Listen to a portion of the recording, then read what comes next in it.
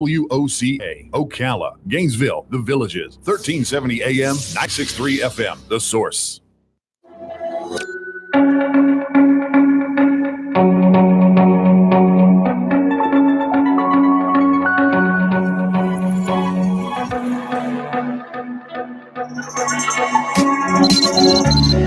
All right, 8 minutes before 11 o'clock.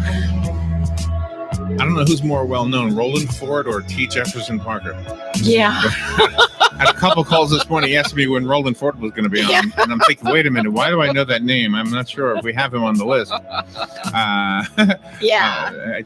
T. Jefferson Parker is the author of a book called Swift Vengeance, and it's getting really good reviews on Amazon. It looks like it does let's see, did it come out just a couple days ago already? Wow, it's amazing how fast things work in the world today, right? Exactly. T. Jefferson Parker is an award-winning reporter, a 3-time Edgar Award-winning New York Times bestselling author. His book is doing very well. It's called Swift Vengeance, and he's got a following out there that we couldn't wait to speak to him, but they had the name wrong. Good morning. I was told I can call you Jeff. Good morning, Jeff. Good morning, Larry and Robin. Thank you for being on the air with us. Yeah, some of your listeners are hoping your character is coming on. I don't know if that's scary or not for you. That's quite a compliment, actually. You know, I wish he could. Well, the only thing is, if it ever gets made into a movie, then whatever actor plays him is going to, I don't know. People are going to want to meet him and think he is your creation, right? Yeah. It's kind of funny. So tell me about the story in Swift Vengeance. Yeah, happy to. It's my let's see, big picture. It's my 24th novel. They're all contemporary crime thrillers, if you will, most of them anyway, set in Southern California. It's the second in the series, starring Roland Ford, who is a private investigator. He's a late 30s when the story opens. He's a big guy, ex-Marine, ex-sheriff's deputy, ex-boxer. He's a tough guy, but he's a smart guy. He's got his degree in history. He's curious about the world, and he got sick of the sheriffs and hung his hat as a licensed private investigator some years ago. He's a widower. His young, beautiful wife having died in a plane wreck pretty recently, 3 years prior to the beginning of the story. So he's still dealing with that, and he's in a real sort of general sense. This is a story in which one of Roland's old friends comes to him, and she has received a very disturbing death threat from an anonymous writer. In some very kind of spooky-looking Arabic calligraphy handwriting, and she brings this letter, this death threat to Roland, and his hackles go up, and he takes that letter to the FBI woman that he's worked with in the past in San Diego, who's their counterterrorism, anti-terrorism expert, Joan Toucher, and she sees in this letter a genuine threat too. And so, working together and apart, they piece together the truth behind the writer of this letter, and of course, this being a thriller, that truth leads to a much larger consequences than just the death threat itself, and then the story moves on from there. But you're also very current in your technology because of the drones. Yeah, I'm interested in that stuff. I think I've been collecting drone information and articles and talking to people about drones for years, and I've talked to some teachers and some operators, and it's really an interesting world that they inhabit. The drone operators that I write about in Swift Vengeance, Lindsay, who gets the death threat, she's recently retired from a flight crew flying combat missions over Iraq. In Syria from Las Vegas, from Creech Air Force Base in Las Vegas, which is where a lot of the drone teams operate. She's part of one of them.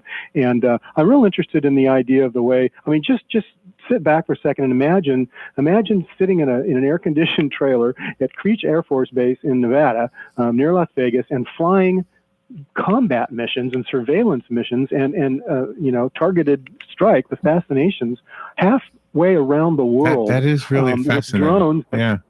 It's incredible. It's just the technology is mind-boggling, and I'm not really a techno guy at all. What interests me more is it turns out if you do that, if you're a drone operator, you are you are prone to all sorts of stresses and terrors and problems psychologically mostly that regular pilots, an F-16 pilot, are not prone to. And these drone operators operate under a different psychological world, which is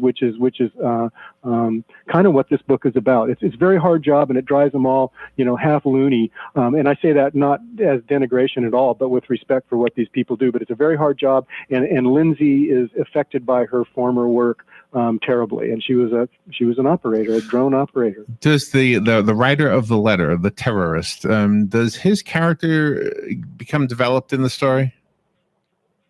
Yeah. He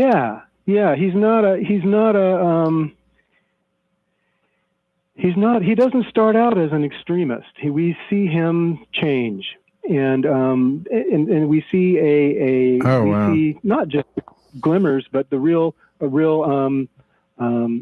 establishment of the fact that he's a human being and not any kind of a monster at all. So that, I think, is the flip side, and we don't think about that often. Yeah, I did not finish the book, and I love when sometimes I like when I finish them. Sometimes I'd rather not, because then I get asked those questions. But then I'm always wondering if I'm going to ruin it for myself or for anybody else who's going to read it.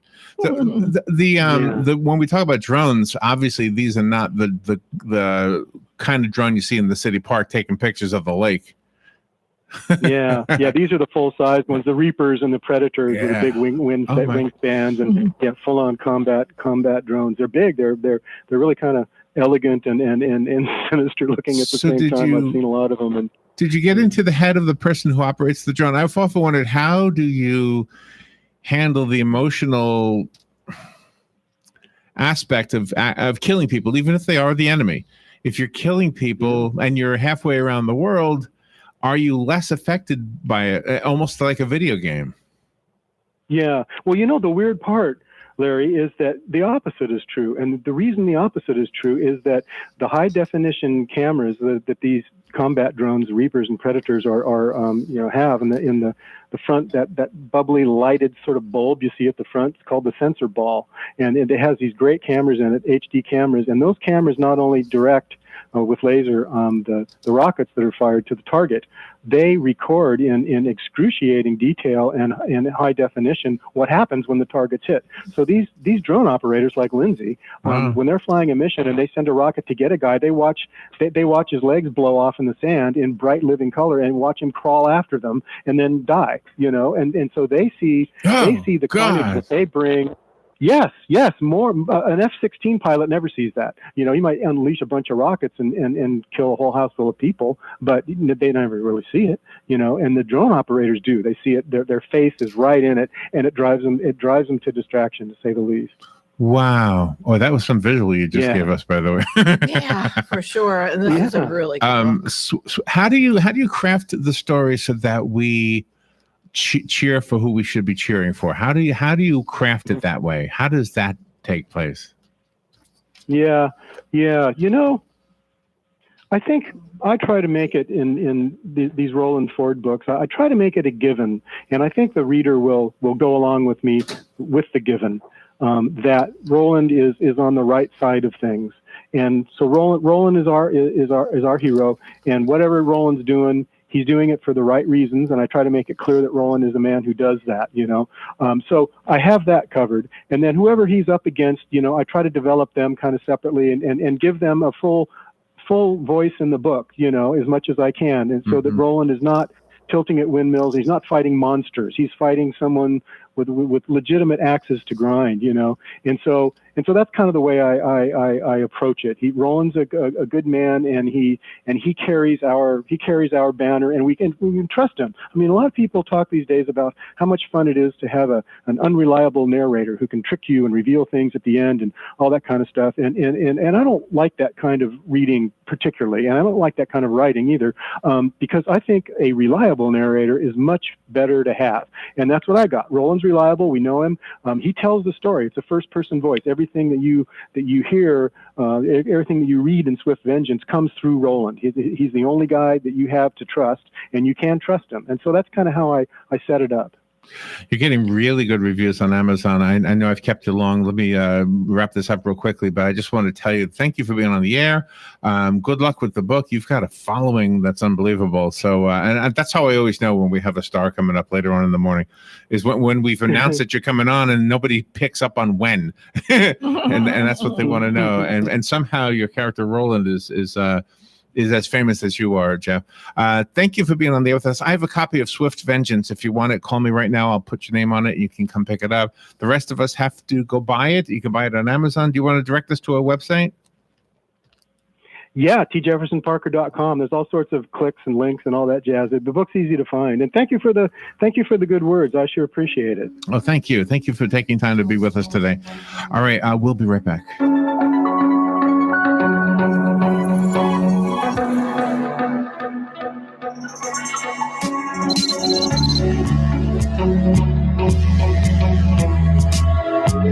Hi, I'm Ted Yoho, and 6 years ago, I asked for your help to run the hogs out of Washington. And with your help, we did. Today, some wannabe politicians will say and do anything to get elected, even create super PACs to hide behind, to do robocalls, to tell lies at your home. Lies like I don't support the president, or I don't support a wall for border security, or that I won't repeal Obamacare. Sounds like fake news to me. And I don't believe President Trump would have endorsed me if true. Vote on August 28th. Let's continue to drain the swamp and keep any future hogs out. I'm Ted Yoho, and I approve this message. An unexpected pregnancy can turn a young woman's life upside down. The House of One in Faith in Ocala gives these young women a place to live in privacy and comfort under the Christian care of counselors who will guide and protect both the woman and her unborn child. The House of One in Faith is confidential, loving, and free. For more information, call 352-687-8895.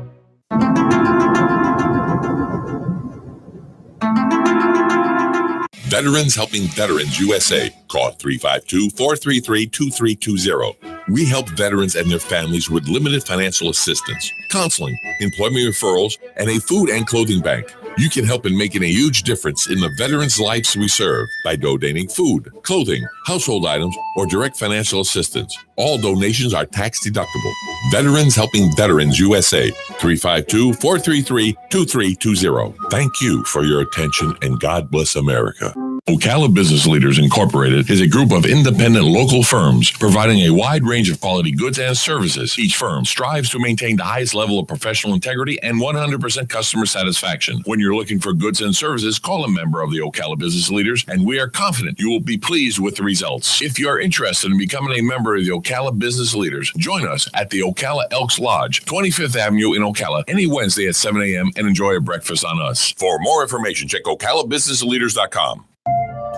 Hi, this is JP from Penn Flooring here in Ocala. I would like to invite you to come in and visit our spacious showroom where we have solutions for every style and budget. From wall-to-wall carpet to hardwood floors and tiles, we have an unsurpassed selection of flooring. At Penn Flooring, we've provided quality customer service with a family touch for over 25 years. Visit our website at pennflooring.com or come by our showroom, 1201 Southwest 17th Street, just over the bridge. Penn Flooring, quality customer service with a family touch. PPIR is a networking group formed to serve the realtor and small business community. It primarily serves the real estate and construction industry, but is open to all businesses that provide any service or product to the real estate business community. PPIR has no membership dues or fees for attendees. The watchwords are keep it simple and maximize networking time. PPIR chapters meet 3 times monthly at different locations after normal business hours. For information on this, call 352-615-9412 or go to events at ppirevents.com. PPIR, professional people in real estate. Send President Trump a real partner in Congress. Businessman Judson Sapp, rock solid conservative, pro-life, A-rated by the NRA. Judson Sapp will stand with President Trump, cut taxes, build the wall, repeal Obamacare, put America first. Rock solid conservative for Congress. Businessman Judson Sapp. Citizens for Common Sense USA paid for and is responsible for the content of this message. Not authorized by any candidate or candidates committee. CFCSUSA.com. All right, 6 minutes after 11 o'clock. It's Friday, Robin. Yes, it is. Happy It's Friday. Friday. Friday. Don't forget, tonight, 7 o'clock, WOCA will be broadcasting high school football. Galen Unold from Life South is volunteering to do play-by-play. Yep. And he is a pro. He knows his stuff when it comes to football. He's not only knowledgeable, but he's very talented when it comes to actually doing the play-by-play. You will be able to see the game in your mind by the way he describes what's happening out on the field. That's how you know when you're listening to a great play-by-play announcer, is when just listening to their words gives you an idea of what's going on down in the field. Who's his partner? Who's Pat McBride from Legacy Team Sales. He's going to be Galen's partner. And again, everybody volunteers. The people in the studio and Galen and Pat and Dan and Larry and Joe, everybody volunteers their time so WOCA can bring this game to you. So Galen and Pat will be talking not only about what's going on in the field, but some of the backstories to some of the players, the backstory to some of the teams. And it's a wonderful way to let the kids know in the schools that we support what they're doing, give them a sense of purpose and a sense of contribution to this community. So, I mean, without local media kind of stepping in there and saying, you know what, we really appreciate what you're doing. 16, 17-year-old students who, you know, at that point in our lives, we're lost a little bit. We're not sure. We're not sure if anybody likes us. You know, we're not sure if anybody wants us to be around. You know, it's an awkward time for us. And so when we as adults step up and say, you know what, you are important, and what you're doing is important. And Galen said it best, really. He said that, and it's really true. I wasn't a sports person, but you always knew that the team that represented your school was the football team. Exactly. It's always been that way. Even in New York, where baseball seemed to be the bigger sport professionally, it was still the football team that kind of brought the school together. Does that make sense? Oh, it does. Was it that way in Milwaukee? Yes, it was. Yeah. Same thing. I mean, we have a professional baseball team in Milwaukee, and it was still the football teams in the school. But Milwaukee is a big football town too. Yeah, as far as professional football. Yeah, that's right too. And every football fan from Long Island is right now mad at me because I'm saying that Long Island is not. But it probably when I was a kid, I really feel like baseball was the king sport among the professional sports. But again, that's a little bit of a tangent. It was the high school football teams that sort of what am I trying to say here? Solidified kind of brought together the school. Yeah, it did. They did, because everybody had one common a cause to fight for, to root for, and that was, your school, and your football team represented your school, and that was just really amazing, incredibly. All right, so I want you to tune in tonight at 7 o'clock. If you're over here by the Paddock Mall, we do have the speakers on outside the studio, and I know that every year when we do this, I'll see people sitting outside on the curb out there listening to the speaker. And some will even come up to the window, ask you what the score is. Always. Yeah. Oh my gosh. Yeah. They always ask you that. Yeah. Sure. So, and Dan will be working the board tonight. So Dan, if you're eating ramen noodles, trust me, somebody will see you. They'll knock on the window. You have a ramen hanging down your mouth. Exactly. Like Galen, Galen. Joe Martone does that, right? Yeah. I'm teasing. He was outside the window. He's a funny guy. Joe is. But that's what happened to me. I was here doing the game, right? And I had, I had this little package of ramen noodles. What are they, 15 cents or something? Yeah, right. And I went to the microwave and I made a bowl. I made a cup. Okay. So here's a hint. You can't really eat ramens in a cup. Yeah. But anyway, I did. So I'm sitting here and doing the game. Somebody comes knocking on the window and I look up and it's sure enough going down my chin. Wow. What's the score? And then I said, oh gosh, what's the score? And I had it written down, so I had to hold up the paper because they can't hear you really. No, not through the window. You can't. We keep the doors locked because we got to focus on the broadcast. All right, so I wanted to promote that. I wanted to promote also these couple of things we've been promoting. First of all, what's a week from today? That's the thing Lisa was talking about, right? Yes, exactly. So, at the Dignity Coffee Shop? Yep, at the Dignity Roasters. It's called the Wear Gloves fundraising event. They help distressed people. But beginning at 8 p.m. until 10 p.m., they're going to have the band Delta Rose performing, a 7-piece band. All of the musicians are ultra incredible. And so you They're grab a pretty cup of coffee amazing. and you'll be helping out a good cause. Yeah, I mean, exactly. Pretty simple, right? Exactly. Also, sure. September 1st, which is a week from tomorrow. Yes, a week from tomorrow, September 1st, is the walk. Yes. The walk in somebody else's shoes walk. For It's interfaith. for interfaith emergency services, right? And for the work that they do with the homeless. That's right. Right? Exactly. So if you want to be part of that, just let them know, and they will be able to do that. I don't know if you have that number. It's called Walk a Mile in My Shoes, and the phone number for Carla Grimsley, who is the executive director of Interfaith, 352 area code 209-7045. It is pretty amazing. And really while nice. you're looking for something for Vets Helping Vets, there's an event for them too, right? A breakfast event. Oh I think? yeah, we sure do. It's called Battle of the Breakfast. All right. If you are a veteran, may I suggest that you visit the Vets Helping Vets. Resource Center.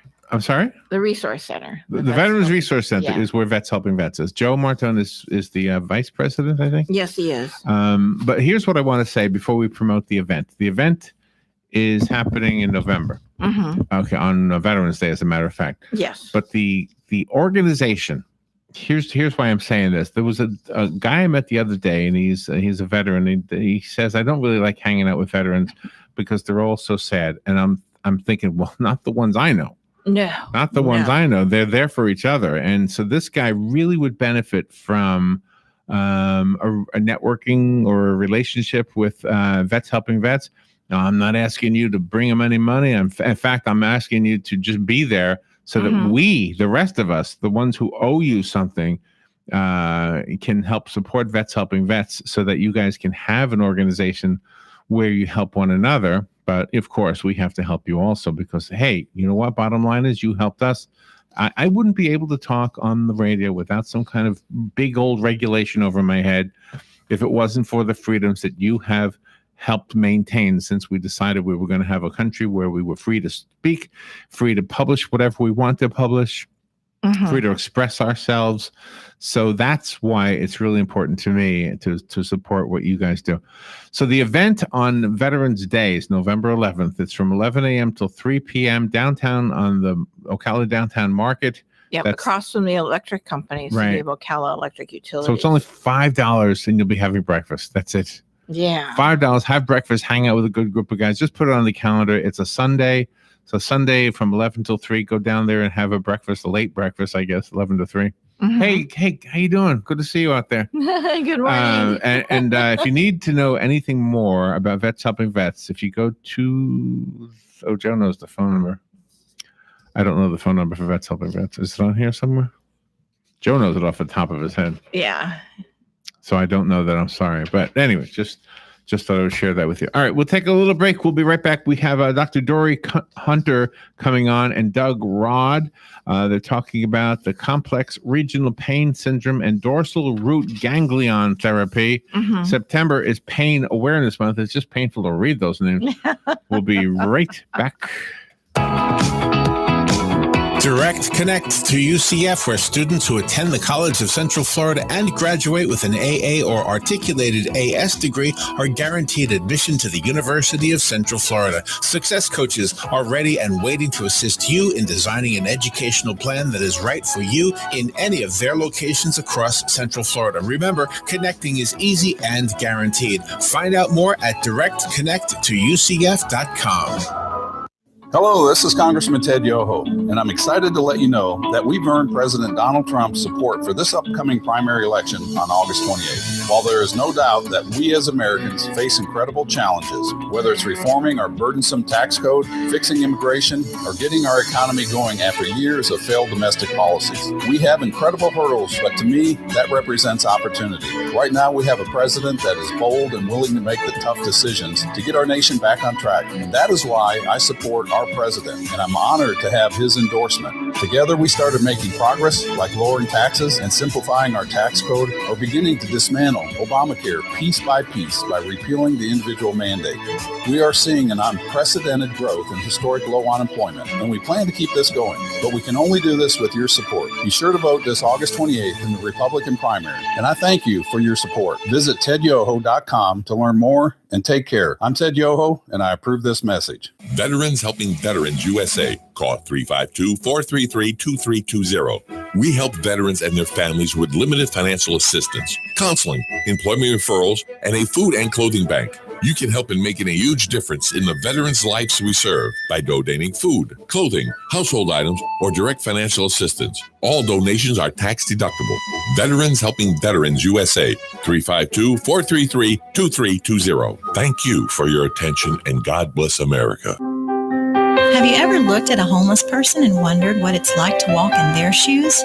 I'm Carla with Interfaith, and we're hosting a 1-mile walk to benefit our homeless shelter and raise awareness for our homeless friends.